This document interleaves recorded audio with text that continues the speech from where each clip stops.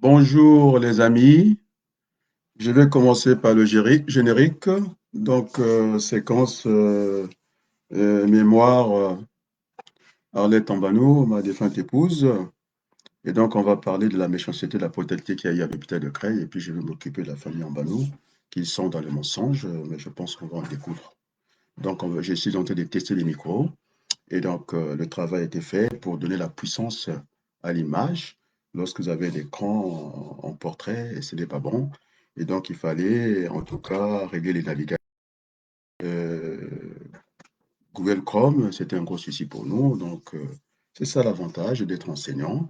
J'ai un informaticien d'un grand niveau, niveau BTS, qui a pris la main à distance pour régler tous ces paramètres-là. Et quand vous avez un écran complet, comme ça en paysage, et ça vous donne la puissance du message. Et donc, le maire de Creil, je le prendrai témoin. Et puis, je pense Pascal Bois, qui ont géré l'hôpital de Creil. Et ma femme a été l'objet de plusieurs erreurs médicales. L'autre, le médecin est venu me voir. Il dit, elle est entre la vie et la mort. J'ai dit alors, fais-moi tous les dossiers, direction Amir. Je vais donner son nom pour que ce soit clair, parce que la famille Ambanou sont des rigolos, sont des amuseurs publics. Ils sont que dans le mensonge. Ils voulaient, en tout cas, me rayer, hein, m'enlever sur la voie civile parce que sa sœur est juriste, euh, que je ne sois pas dans l'acte de mariage, ok? Que je ne sois pas dans l'acte de décès, c'est moi qui ai déclaré le décès parce qu'il n'est pas décédé à l'hôpital parce qu'il y a une brutalité, c'est pourquoi je l'ai ramené à la maison.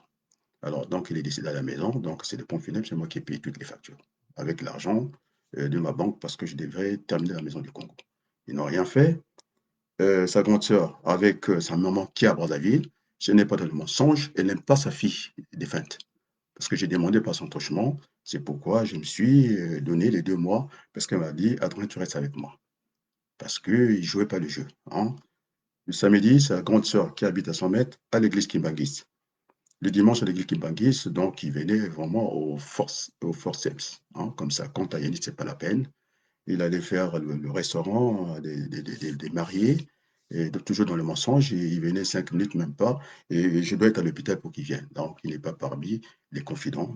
Ils m'ont essayé de me rayer, en tout cas par l'état civil, c'est-à-dire l'acte de mariage, l'acte de décès, que sa femme est allée déclarer, elle n'était même pas là, que c'est elle qui va déclarer, donc, parce qu'il y avait le certificat d'hébergement. Et puis quoi encore, il me parle de quoi encore? Il m'a envoyé d'une manière mystique, c'est-à-dire en se cachant, l'acte de naissance d'Arlette, c'est-à-dire là aussi on parle d'affiliation civilement, je n'existe pas. Alors, il n'y a pas que ça qui donne une relation civile. Est-ce que les gens savent peut-être qu'il était témoin du mariage de mon fils aîné? Vous n'en savez rien. Est-ce que j'ai eu un enfant avec elle? Vous n'en savez rien. Mais vous serez très surpris. Et je prends témoin le maire de Creil parce qu'il s'agit de l'hôpital, d'une entité morale. Je ne suis pas pressionné. Je parlerai de l'hôpital en tant qu'entité morale et entité physique. Je vais donner le nom du médecin pour que ça soit clair. Alors, donc, c'est le générique. Je vais tester la musique si tout va bien. Faites-moi signe. On va mettre un peu de la musique. Je suis en train de tester, hein.